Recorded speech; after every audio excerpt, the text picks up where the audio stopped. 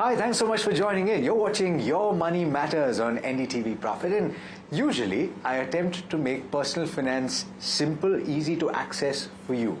Now, I've decided to step out of the studio today because I'm here to meet the newest authors on the block in the personal finance space. They've recently written a book that makes things even simpler to understand. I know for a fact because I've read quite a few of the chapters, not all of it. I'm yet to get through cover to cover. I will soon though. I'm talking about Mango Millionaires, and I'm here to speak to the authors that I mentioned, Radhika Gupta Niranjan Avasthi. Thanks so much for agreeing to do this conversation with me. And I must say, a lot of the references give me ideas of how I need to talk about personal finance because you've made things so easy. But first, before we get into some of those chapters, and I've selected a few to talk about, where did the name come from? Everyone's asking us where the name came from because I guess it's unique. Came from a movie. I mean, we've talked about it in the book, but it came from the word Aam Janta, mango people, which I think Saif Ali Khan popularized, and I told his wife this in Love Aajkal. Aam Janta, who doesn't want to become Buffett or Junjunwala in their life, but just wants money to work for them, and hence Mango Millionaire. And then Niranjan's younger than me. He's like, this is fun, this is different, and it's a little aspirational, so Mango Millionaire. I like that you've not gone with Mango Karodpati or whatever else, because it's more achievable. Even a million is 10 lakh rupees, and people when they're starting out with 5,000 rupees or less of savings per month, they have a realistic goal to work towards, and thankfully mangoes are more affordable now.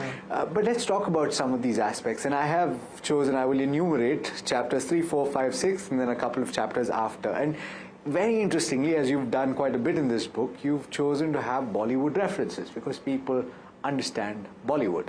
There is Tararampam, which you're talking about, and first set the context. Why did you choose Tararampam? For did I say an extra pump? But anyway, for people who haven't watched the movie as well, they should understand it. You know? So it's broadly a good movie, but also very relevant for a lot of people that we are living our lives today, and we call it YOLO, and everything is on EMI, loan, pay phone.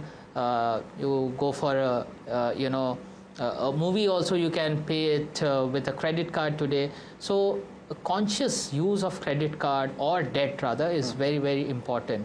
And that's a famous action in that movie. He says everything, and Rani Mukherjee asks kahan se aaya, and he says like this. So you don't need to live your money life that way. Including her engagement ring, Absolutely. which was like the memory I had. Like the guy gave me an engagement ring, and it's on a credit card. Okay, so but this is the famous Saif Ali Khan Rani Mukherjee movie in which he's a race car driver, and he's got everything on EMIs. And then suddenly he goes into this accident and he loses practically everything. And my producer was talking about this. Oh, the kid is eating from a garbage dump. The kid is eating a donut from a garbage can. And it's such a heartbreaking reference of life goes from riches to rags, and then the children have to bear the consequences. And they don't openly, the sad thing about that movie, which we haven't covered in the book, they don't openly talk about money with the kids. Yes. Okay. Which is also true of us in India. We don't openly talk about money. So several things to unpack from that, Radhika. What was the intention? Ultimately, debt is not necessarily a bad thing if you're using it in moderation. But then this is worrisome because in the most recent data, and I did a show last week on this, is that the overdue loans in the credit card space are rising very exponentially, right? So 90 plus days to 365 days, you're talking about a 44% rise in just the previous financial year, which is scary because ultimately people are turning this credit card or debt over. You've written about this in the book, haven't you? Yeah, and we are, neither of us is anti-debt, I went to school, college on an education loan. I'm not sure if Niranjan did. Both of us I know have had home loans. So we make the difference between what is good debt, which services your needs. Education is a need, housing you're building and assets, and things that service your wants. So we're not saying, in fact, we have very few extremes in the book. So we're not saying all debt is bad, but we're saying take debt for the right things. Rate paradigm is something that you speak about. What does that stand for? It's an acronym, and this is easy to understand. So rate, what does it stand for? So rate is basically it actually gives you an answer whether your debt is good or bad. Okay. And how to identify whether a debt is good or a bad? One is first rate of interest. Right. If it's high, it's bad probably, because probably you're not affording, or you can't afford that debt, but still someone is giving you, they will charge you a higher interest rate. Or secured versus unsecured. Or secured versus unsecured. Is there an appreciation possibility for something that you are buying from that debt? So if you are buying a debt for probably education, as an education loan, or a it helps your home. career, or a home which can appreciate, it's good debt. Tenure, T is for tenure, and if it's a short-term debt, then it's good. If it's a long-term debt without an asset which is appreciating, or rather it's depreciating, it's a bad debt. So that's broadly, it's a framework, very simple framework, which tells you whether it's a good debt or a bad debt. Anything which doesn't fit in is a bad debt. Okay, and we're talking at a time when everybody's focusing less on the debt aspect and more on the points, particularly when we're talking about credit cards. People are consolidating expenses, buying stuff for the family, and then paying off that kind of debt. And a lot of times they're not necessarily paying attention to the fact that they don't have that much money in the bank. So that tied with how much do you set aside every month? And you speak about, this is very simple. I follow this myself. I think it's a very, very powerful concept, which is your savings deducted at source, right? So if you say tax deducted at source, as a salaried individual, you don't ever see that money.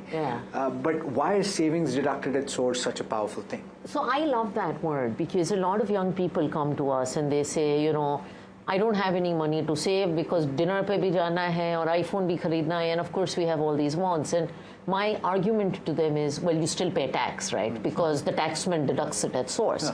And what if someone could just deduct your savings and investment at source using something like an RD, an SIP, of course, that's our word. But if you automate something, just like the taxman has, including your savings, then it just goes out before you've had the opportunity to touch it. And that's the whole idea of automating your savings, so you don't have to think every month, this time how much do I save? Because that's a hard thing to do. It is a hard thing to do. And of course, there is no one benchmark about how much you should save. Ultimately, there is an idea that you should go, if you can, 25, 30, 35%. If you can push it up over the course of the next several years, then that's a good thing. But you start with the bare minimum. Is there something that you prescribe? So we have put a framework which is 10, 30, 50. Okay. Early in your career, because you have very short-term goals, you want to buy a car, you want to go for a holiday, don't stretch too much to save every penny that you earn. Start with 10% in your 20s when you're just starting off, because a lot of your other goals will be taken care of that. Once you get into your 30s, you probably have all your short-term goals covered up. Go for probably 30%. That's bare minimum. You can increase. And once you are in 40s, where probably your ability to earn is highest in your entire career lifespan, go for 50% and plus. So a lot of people, youngsters, are fed a thought that, if you're earning, entire money should go into savings, investing. That's not true. That's not practical enough. So we have given this framework, which is 10, 30, 50. I've also very found, simplistic. and I get asked this a lot, a lot of people below the age of 27, 28, and saying that, look, it sounds impossible to achieve this, but I say, hey, you will eventually meet somebody, and that person will in all likelihood also be earning, and you can use both of those incomes, and it multiplies whatever you're doing. So, but do you write about how you should share some of these responsibilities? You speak very passionately about how women should take charge of their own financial journeys. Do you write about that? So we don't talk about the book from the lens of women, but we'll write a book that is accessible to men and women both. I mean, I was in Pune yesterday, and a mother was telling me, she's like, I have teenage children. My son has learned everything about personal finance, but my daughter is not interested, and have I failed as a mother? And it's like, maybe our examples just don't reach out to women. So with films, with food, with things that all of us understand, I don't think women need a pink small cap fund or a pink mid cap fund or a pink book. They just need it to be in the language they understand. My mother read the book cover to cover. And she's never read anything finance first. So I was actually quite happy, and she's giving my father advice which he doesn't like, but anyway. But we do talk about finance in the family at the end, how to integrate family into finance, because both of us believe, we have families, that it is a shared exercise. So how does a couple come together to do this? How do you think about legacy? How do you think about values imparted to your children? I think we talk about finance as a family unit. Okay. Now, the mode of investment is important to understand, because I think a lot of my viewers are familiar with mutual funds, but beyond that, I'm not, how do I say, I don't have as much ego to say that this reaches out to the length and breadth of the country. I wish that it did. Yeah. And so more people need to understand about mutual funds, but you've written about it as buying a car or choosing a car, right? What do you want to drive? Yeah. Explain that concept to me. So see, broadly today, a lot of people, a lot of new investors are coming in mutual fund. The expectation is that I want to make quick money. Also, the other myth around mutual fund is mutual funds are only equity oriented. Yeah. Yes. Rather, the correct framework to buy a mutual fund is first understand what it is and what you want, right? Probably when you buy a car, and you go through all the details, you see whether you want a driver, a chauffeur driven car, or maybe you want to go through Ola, or you want to have your own car. There are different needs of different people, right?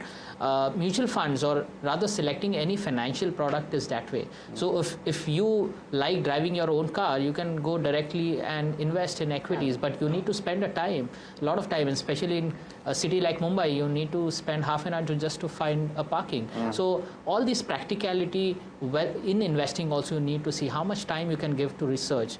Can you spend half a day researching a stock? If you can't, that's not your job. That's and the Mercedes job. Reference was what?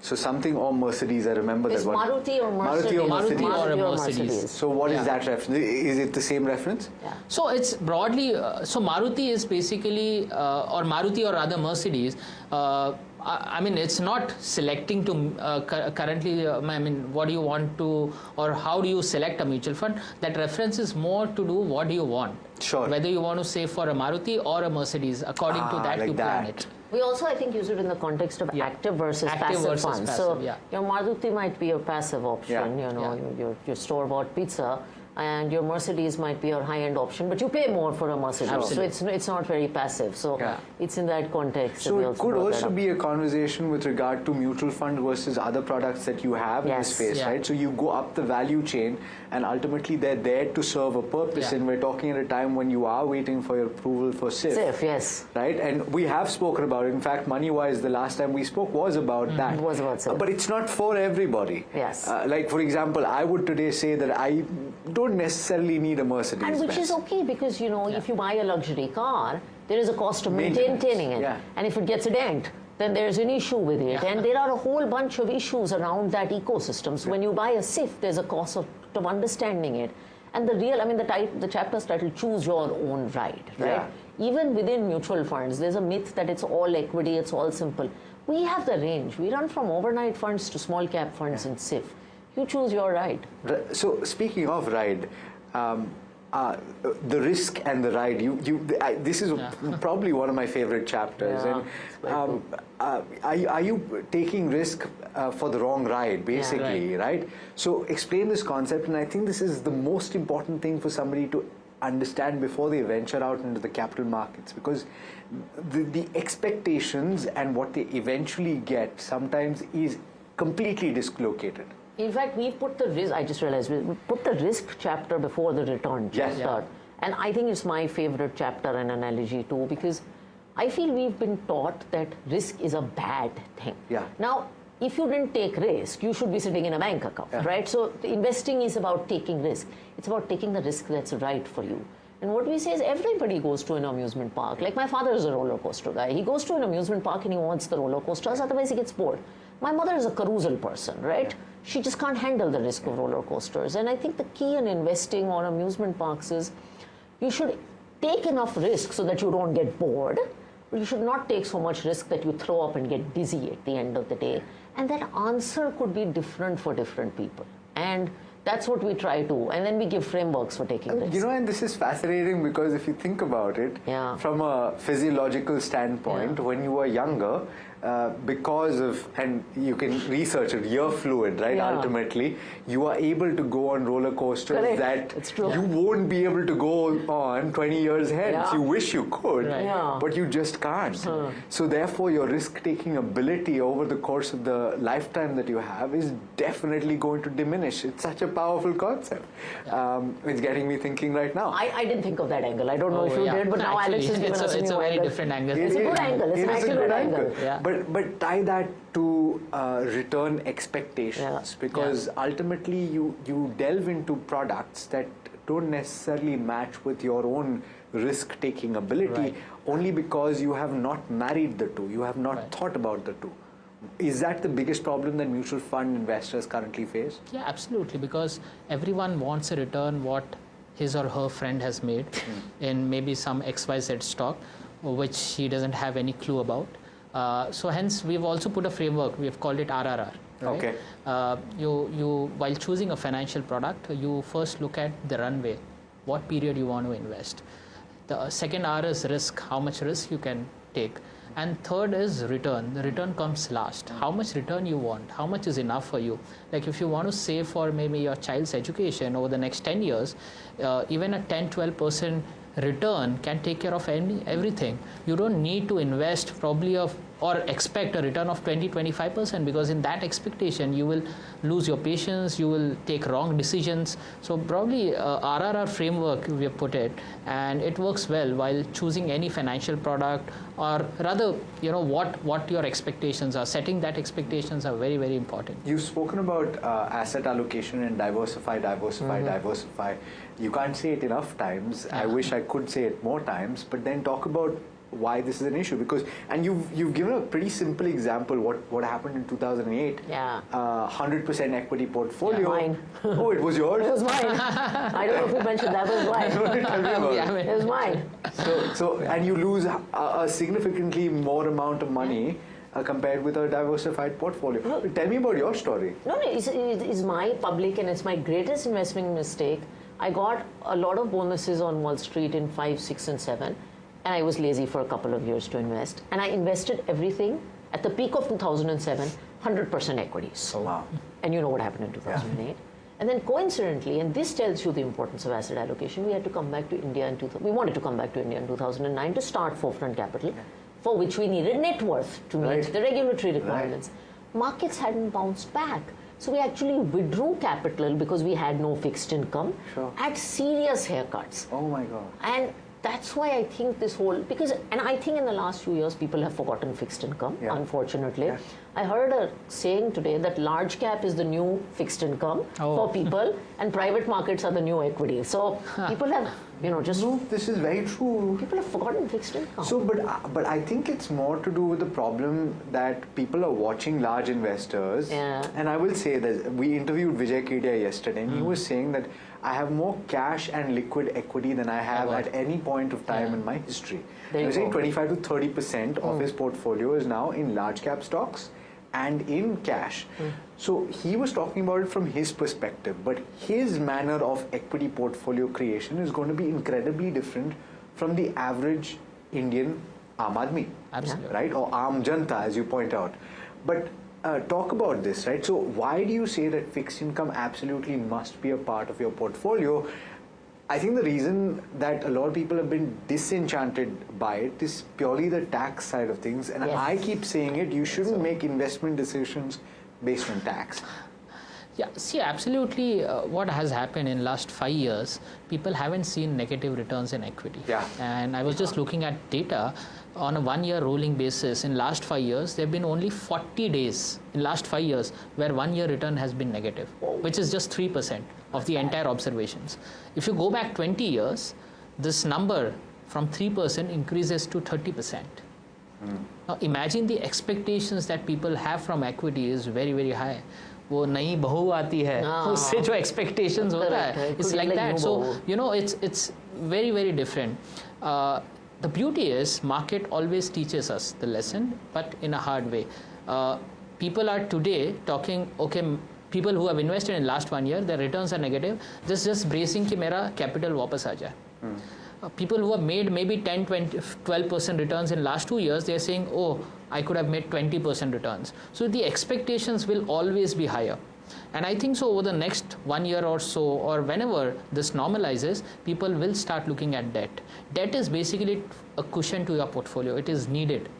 And tax comes later. Of course, there are efficient way to invest in debt as an asset class as well, in a much more tax efficient way. There are hybrid products which are tax efficient. There are arbitrage funds. 100%. So how do you take that exposure? You should think about it. But just not taking exposure because taxation has changed is a wrong call. Okay. I mean, no matter how good protein is, and we use the thali analogy, and we've done a thali interview. Yeah. No matter how good protein is, nobody goes on a 100% protein diet, right? Very you difficult still to have some fat and you still have some other stuff, right? You can be on a high protein diet, so you can be on a high equity diet, that's okay.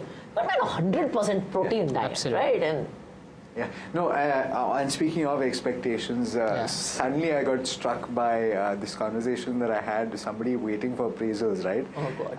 And she said, look, I'm keeping my expectations low. And then when the letter actually came, she was incredibly happy. Incredibly happy. Because she kept her expectations low. She's a top performer. She got a good number. And I said, see, there you go. That's a learning lesson. No, I'm not saying that you shouldn't have expectations, but I'm saying that have reasonable expectations. You are a top performer, you're likely going to be paid based on the bell curve, and then India has not done 20% growth, right? So you set your expectations. Okay, closing comments now. When it comes to life lessons that each of you have taken from, you've already spoken about your portfolio and your learning from 2008. What is your individual brand that you've brought to this book? Can you recall things that have influenced the way that you've explained us particular concept, something that has hit you hard beyond what you've just spoken about, Niranjan? Can you speak? It's largely about money because, we've seen great days, we have seen bad days. In India, if you have lived through 80s, 90s and 2000, things have changed. I think so what is most important to, while managing money is you should know what is enough. There is a need and there is a greed, but the right thing is somewhere in the between. You can't live a very frugal life. Well, you have to enjoy things as well, but you can't also live life on your debt, right? Everything on debt. So there's a middle way, and I think so that is what we wanted to put out in this book. We wanted to teach people that, or rather, make them aware that there is a middle path. There are no two extreme paths. There is a middle path in managing your money. One final thought, Radhika, because you've seen how even over the last 5 years, this industry has changed, right? And more people are going direct. More people are choosing to construct their own portfolios. I think a lot of those are listening to you right now. But do you think that more needs to be done on the distribution side as well? Because ultimately, and I was speaking to somebody on the way here, they have 6 hybrid funds, 4 mutual fund schemes of the same mutual fund house in equity. And so it's a completely lopsided, haphazard portfolio. How do we fix that? I think India has 1 lakh odd registered ARNs. You actually need 10 plus lakh MFDs if you are to cater to the width and length of India. In the book, we talk about the importance of advice. Because all of us hear these stories. People doing a 30,000 rupee SIP with 40 schemes. I mean, people buying all the products of the same AMC. And smart people not knowing what the difference between a mutual fund SIP and equity is. So we desperately need people to provide frameworks and simplify. And if I can say this, I was at the, one of the distributors, one of Pune's best MFDs, actually did a gifting of this book to his clients. And one client asked that if we have you, why do we need a book? And he said, despite the book and everything, and I agree completely, you need me. You should read the book. You should read the book so that you can ask me better questions. Yes. But you still need me, and I agree. Absolutely. On that note, thank you so much to the both of you for taking the time. Thank you. Radhika, Niranjan. And viewers, that brings us to the end of this edition of Your Money Matters. Thanks so much for tuning in, and do stay tuned. This is NDTV Profit.